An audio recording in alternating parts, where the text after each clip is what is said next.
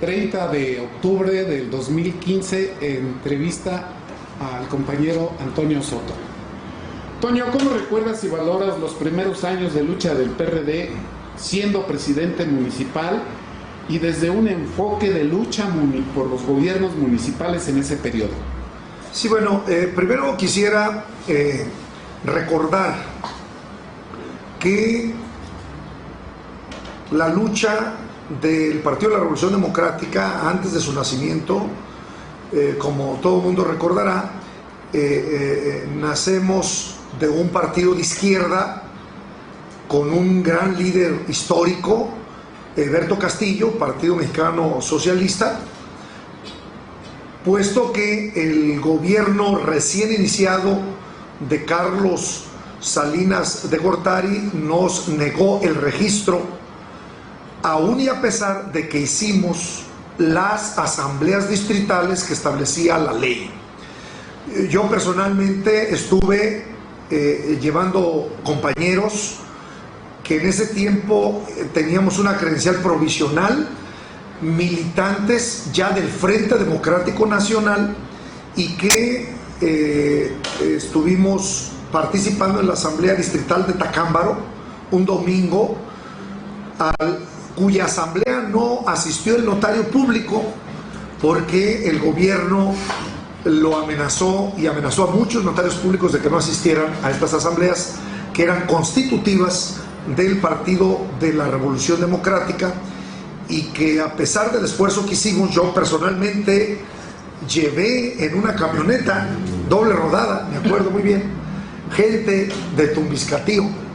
Íbamos varias camionetas, pero yo personalmente llevaba una conduciéndola, y como con los que ahí entraban, unos que 15 o 20 personas, y aún y a pesar de eso no nos aceptaron el registro del partido, y fue como en una asamblea o un consejo nacional del Partido Mexicano Socialista, sí, el PMS, se determinó por mayoría, no por unanimidad, sino por mayoría, el que se convirtieran en Partido de la Revolución Democrática, porque además ya el 5 de mayo estábamos al cuarto para las 12 para tener elecciones locales en Michoacán. Fue el 2 de julio para elegir los diputados al Congreso del Estado. En ese tiempo eran 30 diputados, 18 de mayoría relativa y 12 de representación proporcional. Yo mismo era candidato a diputado local suplente con el compañero Taide Aburto, quien después fue secretario del partido y estuvo al frente del PRD en el primer periodo de ese comité ejecutivo estatal. Y competimos por el distrito de Lázaro Cárdenas y ganamos, por cierto, ese distrito ya por el Partido de la Revolución Democrática, que incluso recuerdo muy bien que el logotipo lo habíamos presentado a colores: tricolor, verde, rojo y blanco, creo que sí, y negro, y entonces resulta que no nos lo aceptaron, y nos lo aceptaron pero sin color, el logotipo del sol azteca, ¿no? Del sol azteca. Y ya con registro el partido en 1989, 5 de mayo, que fue cuando nosotros arrancamos como partido con registro nacional, el 5 de mayo, en diciembre, el 3 de diciembre, yo ya me presenté como candidato a presidente municipal por una planilla del Partido de la Revolución Democrática en Tumbiscatío, y en esa ocasión logramos 52 municipios ganar, incluyendo la capital del estado, donde logramos ganar las elecciones, y muchos se ganaron más, se ganaron, fueron los que reconocieron. Se ganaron como 70 y tantos, y solamente nos reconocieron 52. Igual, el 2 de julio del 89 ganamos 14 distritos electorales y nada más nos reconocieron 6 distritos electorales. 6 distritos electorales, y los otros prácticamente fue un despojo en los comités distritales electorales, donde cambiaron actas de acuerdo con los funcionarios electorales. El PRI se puso de acuerdo con los funcionarios electorales y cambiaron las actas y nos despojaron de por lo menos 8 distritos electorales locales. Bueno, ya como presidente municipal se conformó la coordinadora estatal municipalista, donde el presidente municipal de Morelia en ese tiempo, Samuel Maldonado, fue su presidente de la coordinadora, y yo formé parte de esa coordinadora como secretario, porque éramos una mesa directiva como de 5. Y luego después estuvimos en septiembre del 90 en la Ciudad de México conformando la coordinadora nacional, Movimiento Nacional Municipalista. Y también creo que Michoacán formó parte, yo no recuerdo si yo estaba, pero creo que Samuel sí estaba a nivel nacional.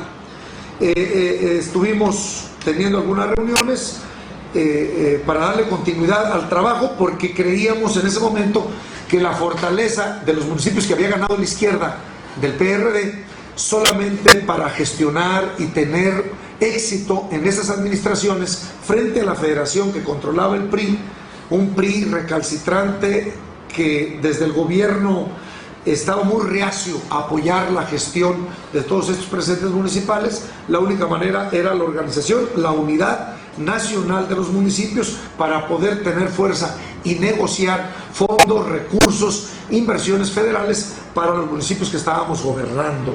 Por eso fue que eran, digamos, nuestro espacio de lucha institucional frente al gobierno federal y frente a los gobiernos estatales, porque no teníamos en ese tiempo ningún gobernador. Lo único que teníamos era algunas presencias municipales, diputados federales y algunos senadores y diputados locales. ¿Recuerdas que además de gestionar los recursos públicos que por ley les correspondían, como todos los ayuntamientos del país, provenientes de la federación y provenientes del estado, no siempre fluyeron de manera adecuada? Eso los obligó a tener permanentemente tensiones, incluso con el gobierno del estado, tomas y marchas, tomas incluso de Casa de Gobierno. ¿Recuerdas algunos pasajes de ese periodo? Sí, sí, por supuesto. Recuerdo muy bien que los pocos recursos que por ley correspondían a los ayuntamientos no fluían con la regularidad y la normalidad que fluían en otros ayuntamientos que gobernaba el PRI o gobernaba el PAN.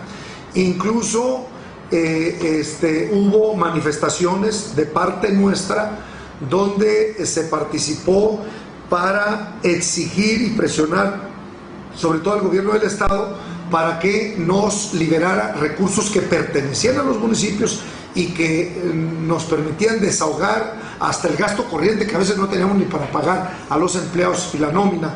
Recuerdo incluso una marcha que hubo desde el municipio de Lázaro Cárdenas, encabezado por su presidente municipal Manuel Santamaría, y que nos solidarizamos muchos presidentes municipales para pedir que les entregaran los recursos que les correspondían en aquellos municipios, sobre todo lo correspondiente a empresas privadas asentadas en el puerto que se negaban a pagar los impuestos locales que por ley tienen que pagar cualquier negocio, cualquier comercio o cualquier empresa, y que y la Comisión Federal de Electricidad, que tampoco quería pagar el derecho de piso que tienen que pagar por ley en este municipio.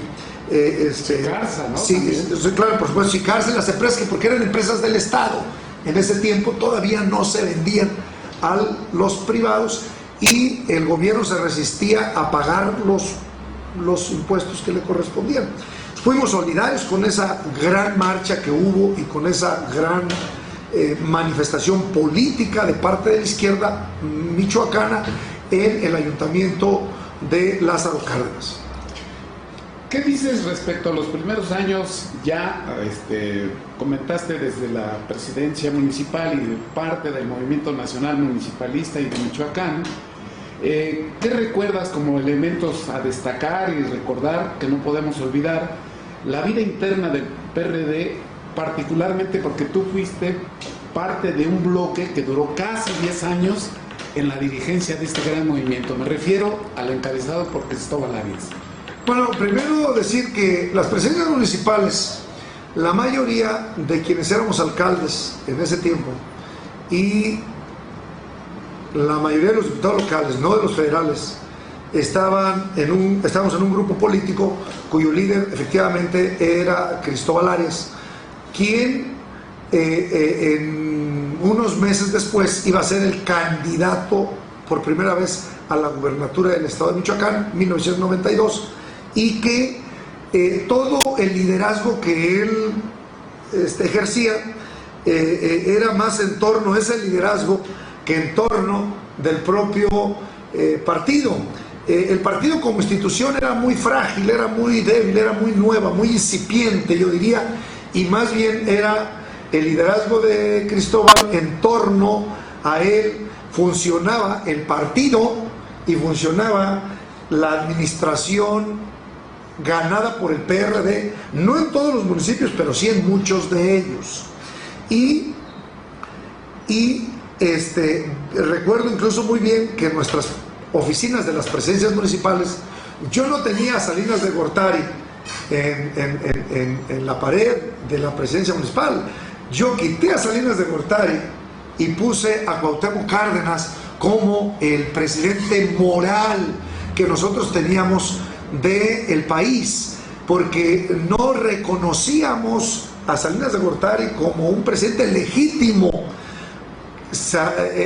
Nosotros lo equiparábamos con un usurpador, de que había llegado de manera ilegítima a la presidencia de la República, habiéndole robado a la presidencia de México al ingeniero Cuauhtémoc Cárdenas. Y por lo tanto, estas primeras presidencias municipales, nuestro trabajo estaba más en torno de Cuauhtémoc Cárdenas como presidente legítimo de los mexicanos y moral a nivel nacional, y de Cristóbal Arias en el ámbito estatal, claro, en torno de un partido político muy incipiente, muy nuevo, con una estructura muy débil aún, y más bien era el poder y liderazgo de Cárdenas a nivel nacional, de Cristóbal Arias a nivel estatal, y del poder de los propios presidentes municipales más que del poder de los dirigentes municipales, que malamente se reproducía lo que el PRI hacía antes. Es decir, los dirigentes municipales se convertían en empleados prácticamente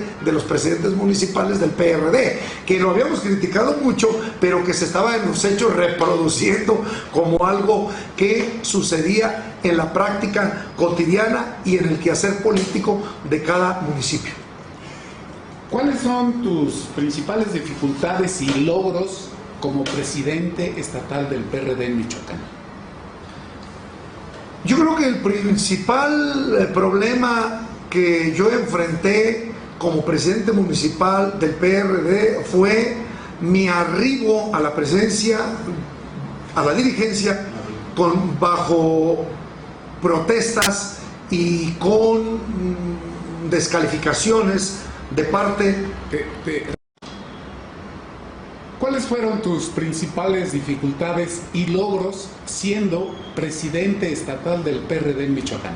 Bueno, uno de los principales problemas que yo enfrenté como presidente estatal del Comité Ejecutivo del PRD en Michoacán fue primero el cuestionamiento que un grupo con el que yo había competido, encabezado por Leonel Godoy, en ese tiempo, quien fue el candidato del Frente Estatal Perredista del FEM. Yo fui el candidato a presidente del partido por la planilla general Lázaro Cárdenas del Río, y no aceptaban el resultado, cuestionaron, acudieron a las instancias, primero la estatal, Comisión Estatal de Garantías y Vigilancia, luego la Comisión Nacional de Garantías y Vigilancia, tomaron las oficinas del Comité Ejecutivo Estatal. Hubo una resolutivo de la Comisión Nacional de Garantías, donde sí me daba el triunfo, pero por un margen muy reducido, donde yo apenas tenía un voto más en el Comité Ejecutivo Estatal en la toma de decisiones. Y entonces era una pugna, una confrontación, un pleito, no debate, era un pleito, porque el debate es de ideas, el debate era un pleito permanente entre los dos grupos políticos, el grupo encabezado por Cristóbal Arias, donde yo era el presidente que formalmente era el que dirigía el partido, y por otro lado el grupo que encabezaba en ese tiempo el licenciado maestro Leonel Godoy, que tenía ahí varios compañeros que fueron los que estaban integrantes del Comité Ejecutivo Estatal, y que había un problema muy serio de entendimiento y eso dificultaba el que el partido se reorganizara, se preparara para las elecciones que estaban a la puerta, porque eso fue en el mes de marzo la elección del 92 y en el mes de marzo del 95 la elección y entré en abril y luego estaban las elecciones en noviembre ya de gobernador. Entonces estaba muy junto lo de la elección del comité ejecutivo estatal y luego la candidatura al gobierno del estado. Y la pugna no era tanto por tener el control del partido, sino por quién era el candidato a la gubernatura. Entonces decía Cristóbal Arias, si nosotros no logramos que tú ganes las elecciones para la presidencia estatal, la candidatura va a ser más complicada para la gubernatura, para que yo sea el candidato.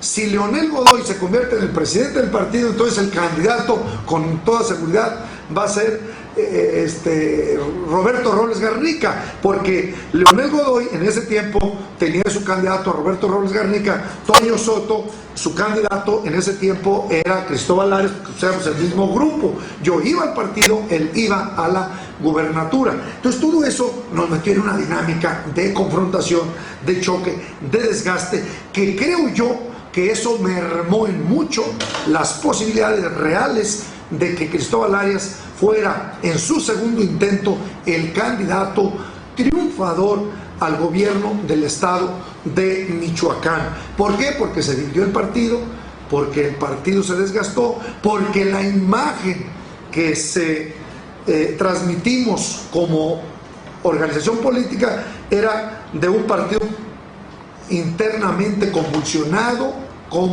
confrontado, desgastado, donde no podíamos ponernos de acuerdo ni nosotros mismos, mucho menos íbamos a lograr un apoyo electoral mayoritario de los electores del estado de Michoacán. Lo tengo muy presente esta etapa, pero también decirles que en esta etapa es uno de mis principales orgullos haber dirigido con todas estas dificultades un partido político como el PRD, principal partido político de izquierda hasta este momento, y que luchó con banderas muy claras y muy concretas a favor de la gente más pobre, de la gente independiente, de la gente que quería que se respetaran sus derechos humanos, sus derechos a elegir libremente a sus gobernantes, el derecho a tener una vida digna, a tener un empleo.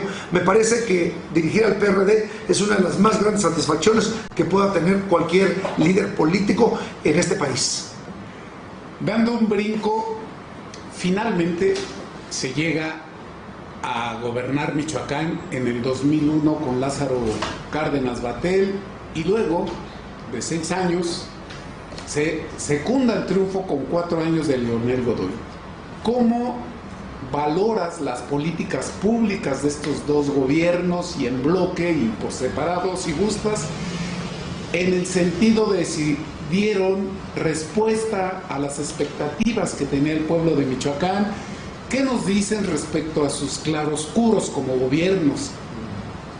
Bueno, yo quiero decir que Cárdenas Batel primero se convierte en candidato triunfador de las elecciones por varios elementos y características, hijo de Cuauhtémoc Cárdenas, nieto del general Cárdenas, todo un ícono para los michoacanos y para el país. Y el ingeniero Cárdenas, todo un ícono de la izquierda y uno de los principales líderes que lograron la democracia y la democratización del sistema político mexicano. Y Lázaro fue una pieza clave en ese triunfo, y además por su propio estilo y carisma personal que concitaba a la confianza, a la concordia y al trato respetuoso entre los más diversos sectores de la sociedad michoacana. Háblese de los empresarios, incluso fuertes, como micros, pequeños, medianos empresarios, el sector agropecuario, el sector campesino, las clases medias, los propios periodistas, los propios grupos y corrientes políticas internas. Entonces Lázaro, como que se conjugaron todos los elementos para que lograra ser gobernador. Quiero destacar que Lázaro Cárdenas, lo que conozco por toda esta historia de su gobierno, implementó una serie de programas que fueron muy innovadores en su momento a nivel nacional y que tiene que ver con el apoyo a todos aquellos sectores vulnerables que no habían sido tomados en cuenta por los gobiernos del PRI ni por los gobiernos del PAN en aquellos estados donde el PAN hasta entonces tenía gobiernos, y que tiene que ver con las madres solteras, que tiene que ver con los niños con cáncer, que tiene que ver con los útiles escolares y uniformes, que tiene que ver con programas muy nobles para ayudar a campesinos, para ayudar a jóvenes, etcétera, etcétera, e incluso con obras importantes de infraestructura que, aunque no se culminaron en ese gobierno, sí se iniciaron y fueron importantes las decisiones de haberlas iniciado porque fueron culminadas en el gobierno siguiente. Yo creo que Lázaro tuvo todos estos aciertos. ¿Qué no vi también? Que muchas decisiones del gobierno de ese estado se subordinó a decisiones de sectores empresariales del estado de Michoacán, que sí, parte del sector empresarial no solamente tomó decisiones desde su espacio, sino que incluso formó parte del gobierno, y al formar parte del gobierno trabajó por intereses privados que son legítimos, pero que había otros intereses más urgentes y más prioritarios que había que abocarse y que sí se tomó en cuenta, pero no de la manera contundente que a mí me hubiera gustado. En el caso de Leonel Godoy, a diferencia de lo que mucho se dice, mucho se ha criticado su gobierno, pero al revisar los avances que se tuvo en materia carretera, fueron de los gobiernos que hizo más trabajo y más tuvo mejores resultados en el tema de las carreteras y de infraestructura carretera en el estado de Michoacán. Fue el que terminó y culminó la obra de la presa Francisco J. Mújica, que es una presa muy importante para el estado, entre otras obras como los campus universitarios, como los hospitales en muchas regiones del estado. Sin embargo, creo yo que eso no se supo comunicar bien, y es por ello que en este momento no se le reconoce la dimensión de ese gobierno. Uno, y dos, creo que uno de los graves errores que él cometió fue haber aceptado que su hermano estuviera participando en política como diputado federal en un distrito electoral donde su hermano, medio hermano, se vio involucrado en temas relacionados con el crimen organizado, y eso vino a manchar toda la obra y todo el esfuerzo que durante ese gobierno se hizo, porque más le importó a la opinión pública el tema del medio hermano que todo lo políticamente importante que hizo el maestro Leonel Godoy como gobernador. Y entonces lo que yo comentaba es de que los dos gobiernos, desde mi punto de vista, fueron buenos gobiernos. Incluso luego el gobierno de Tinoco se autoelogia como el último buen gobierno que tuvo el estado de Michoacán, porque dice que él puede andar en los restaurantes, se puede dar la cara y que nadie le reclama. Sí es cierto que nadie le reclama y todo, porque el colectivo social luego se le olvidan las cosas. Pero en 1998 Tinoco Rubí hizo una elección de estado con todos los recursos y fondos públicos que barrió con la oposición en el estado de Michoacán. Pero volviendo al tema de Lázaro Cárdenas Batel y al tema de Leonel Godoy, yo creo que los dos hicieron cosas muy buenas. A mí me gustó mucho el tema de Lázaro porque tuvo mucho la parte social, tuvo mucho el tema de los grupos vulnerables, de los grupos débiles, donde él por primera vez a nivel nacional pudo demostrar que se puede ayudar a toda esta gente. Este tema social a mí me gustó y yo lo dejaría como lo sobresaliente. Y la parte, digamos, que no me gusta tanto es un involucramiento de la iniciativa privada en la toma de decisiones del gobierno del estado para beneficio solamente del sector, no pensando tanto en el estado como un ente social que necesitaba el apoyo de inversiones, pensando en términos generales y más se pensó en términos particulares. No me quiero meter más, simplemente esa parte no me gusta tanto. Y la parte de Leonel se hizo mucho, no se supo comunicar y todo lo que se hizo perdió peso ante la opinión pública frente a un error que se cometió entre el PRD y entre quien lo haya tomado esa decisión de que un medio hermano estuviera en la política y que ese medio hermano públicamente se hayan sabido cosas que dañaron terriblemente la imagen de ese gobierno y que manchó un buen gobierno con cosas que hasta la fecha todo el mundo sabe, porque además fue una nota nacional que se sobredimensionó, por cierto, se sobredimensionó, y eso vino a dar con el traste a ese gobierno. Pues, ¿qué más te puedo decir? Como político, como ser humano, en esta importante trayectoria, presidente municipal, dirigente del PRD en Michoacán, senador, diputado y demás, ¿tienes alguna anécdota agradable, desagradable en estos años que quisieras compartirnos? Sí tengo una anécdota y sí la quiero compartir. Cuando era candidato por la planilla general Lázaro Cárdenas del Río, el grupo encabezado en ese tiempo por el licenciado Leonel Godoy, en ese tiempo, licenciado era maestro, le dijeron al ingeniero Cuauhtémoc Cárdenas que me exigiera que no le podía poner el nombre de general Lázaro Cárdenas del Río a la planilla que yo encabezaba. Y el ingeniero Cárdenas me mandó una carta que todavía la tengo en mi poder y la tengo enmarcada original con su firma, donde me pide que el nombre del general Lázaro Cárdenas del Río no es para utilizarse de manera facciosa ni es para utilizarse en temas partidistas, toda vez que él fue factor de unidad y no de desunión. Sin embargo, yo hice caso omiso porque yo estoy convencido que el general Cárdenas no es patrimonio de nadie en lo particular. El general Cárdenas es patrimonio del país, y yo digo que de la humanidad, por todo el bien que hizo a México y por todo el bien en ideas y en planteamientos que se hizo a nivel internacional, y que nosotros como michoacanos teníamos todo el derecho de poder ponerle general Lázaro Cárdenas del Río a nuestra planilla, como le puedo poner o como se le puede poner a un ejido, o como se le puede poner a una cooperativa, o como se le puede poner a un auditorio, o como se le puede poner a una calle, o como se le puede poner, porque es propiedad de los mexicanos. Cárdenas es nuestro.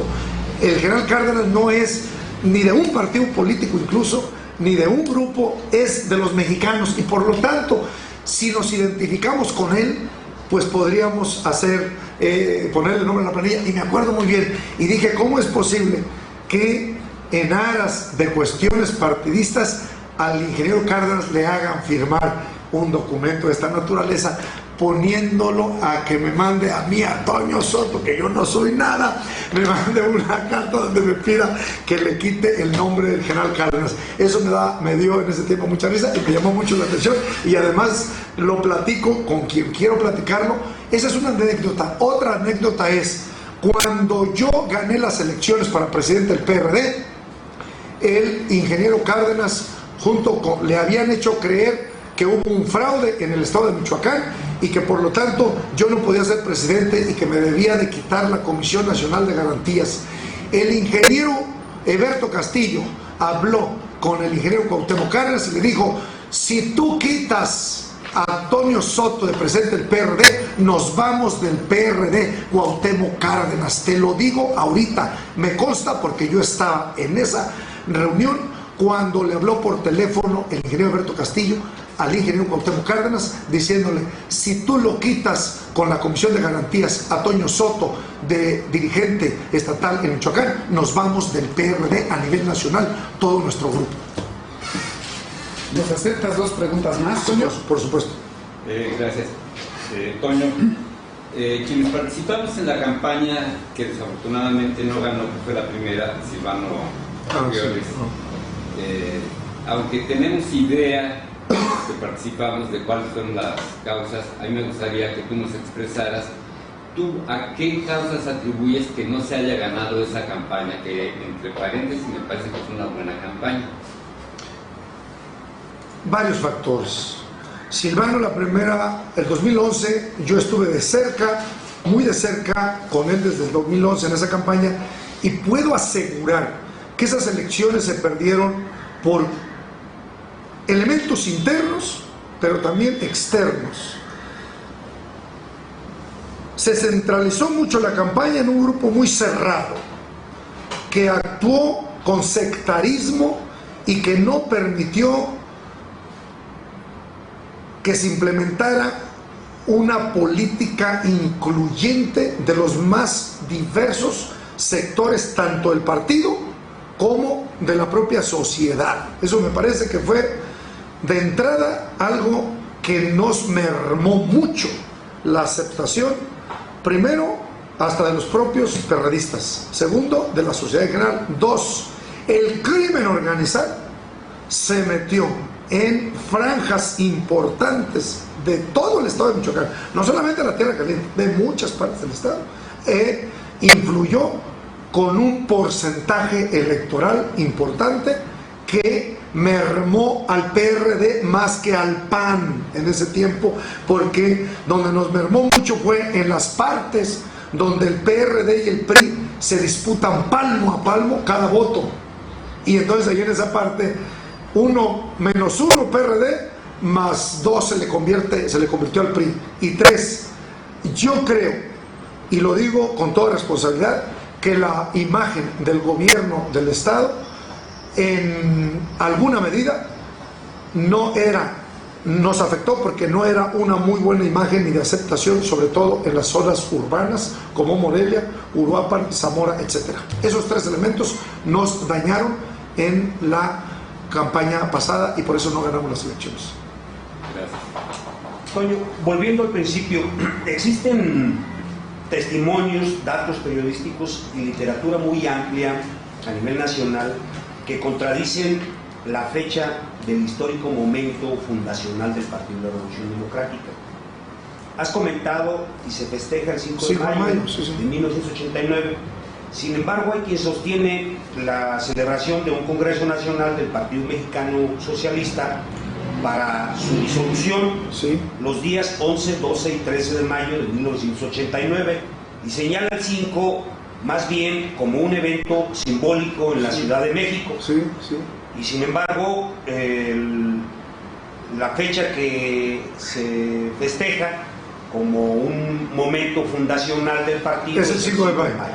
Es el 5 de mayo, pero sí hubo una asamblea donde se formalizó en 3 días el Consejo Nacional, no sé cómo se llamaba ahí, Asamblea Nacional del Partido Mexicano Socialista, la decisión, porque fue una decisión muy controvertida. Había una ala más radical, yo diría, del PMS, que no aceptaba desaparecer como partido político para convertirse en Partido de la Revolución Democrática, porque ellos sentían que iban a perder ese papel protagónico directivo de el PMS, porque finalmente el PMS tenía ya años luchando como un partido auténtico de izquierda.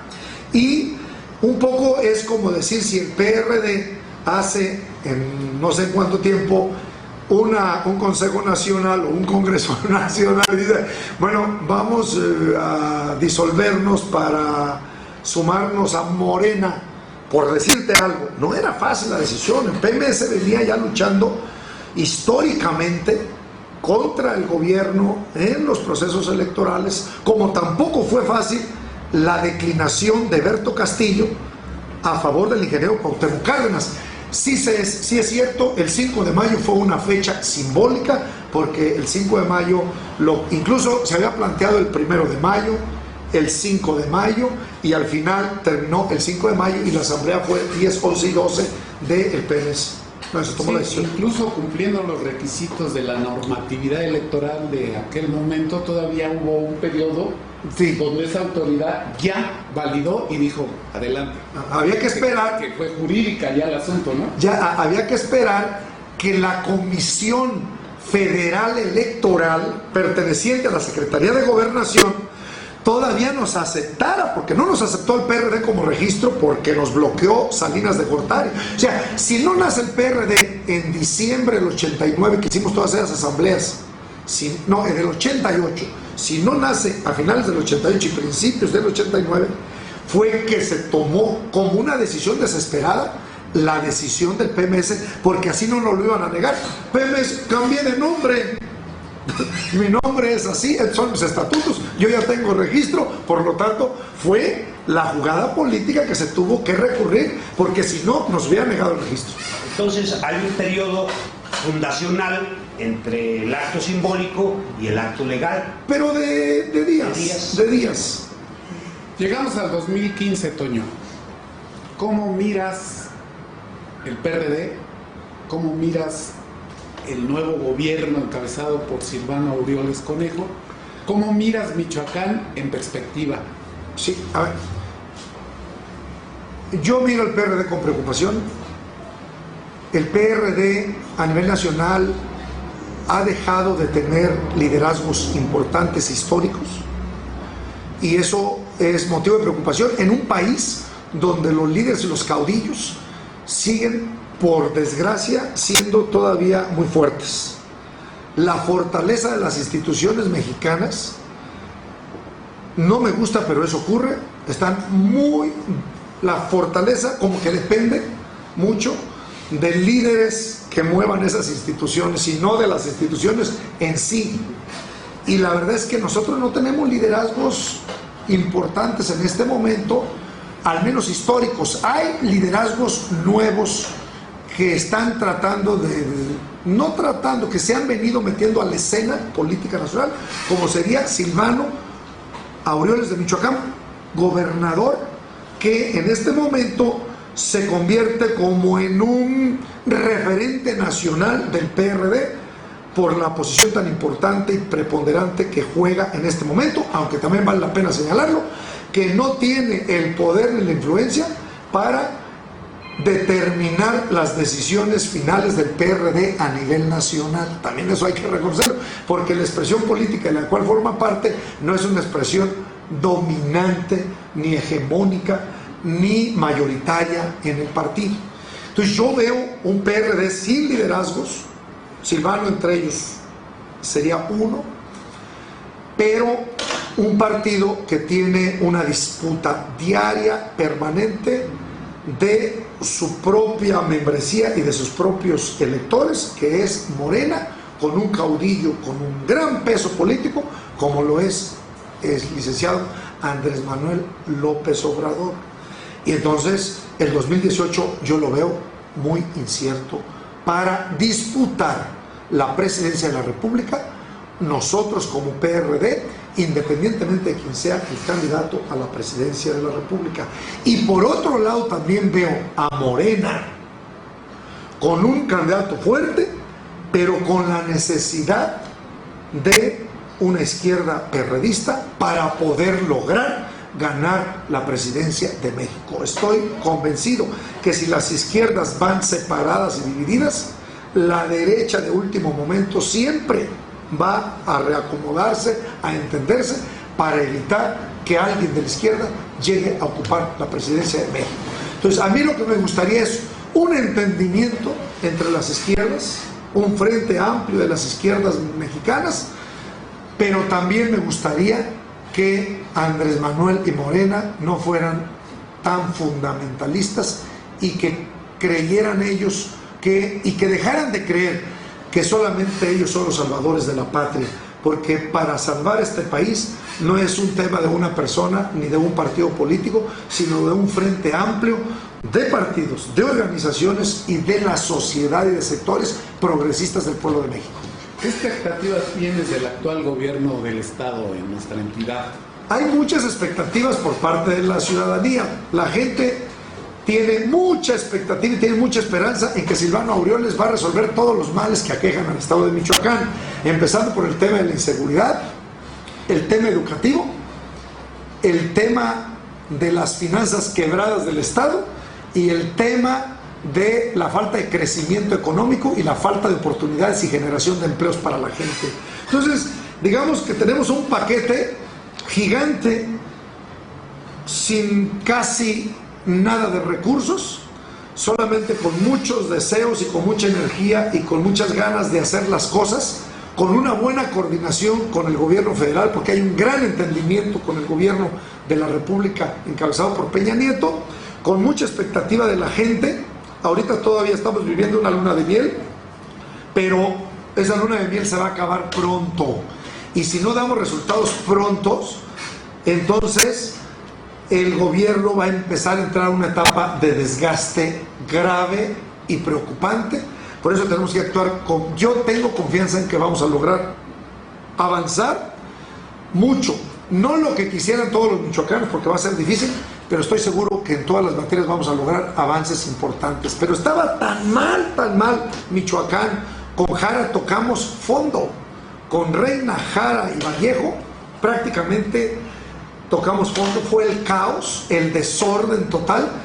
Lo poco o lo mediano, lo mucho que se haga, seguro que se va a notar, y entonces debemos de dar resultados poco, medianamente o mucho, pero dar resultados pronto, porque eso nos puede permitir convertirnos en una esperanza para la izquierda perredista a nivel nacional, toda vez que somos referentes en este momento. ¿Algún comentario final? Que me da mucho gusto que estén haciendo toda esta historia y que puedan recopilar todas las experiencias personales de quienes fuimos dirigentes, de quienes hemos ocupado algún cargo por el PRD. Yo quiero destacar que si no hubiese nacido el PRD, yo dudo mucho que hubiese ocupado los cargos que he ocupado por el PRI o por otro, por el PAN nunca lo hubiese pensado, por el PRI o por otro partido político de izquierda o no lo sé, pero el PRD fue un instrumento de lucha y un espacio donde muchos que no podíamos hacer política en otras partes, aquí pudimos hacerlo, y eso nos dio la oportunidad de aportar lo que creímos en su momento que podíamos aportar, y también ahora de reconocer los errores que cometimos y de ver de qué manera ahora podemos aportar a México, aportar a la izquierda, porque yo sigo siendo el PRD, confío en el PRD, creo en el PRD como un instrumento de lucha del pueblo de México. Me preocupa que las corrientes políticas internas estén nominando candidatos más por intereses de sus agrupamientos y de sus intereses de grupo y personales, más que por los intereses del partido en su conjunto y que por los intereses del país, y eso ha debilitado y ha desgastado mucho al partido, y por ello ha habido una emigración también silenciosa hacia Morena y hacia otros organismos políticos.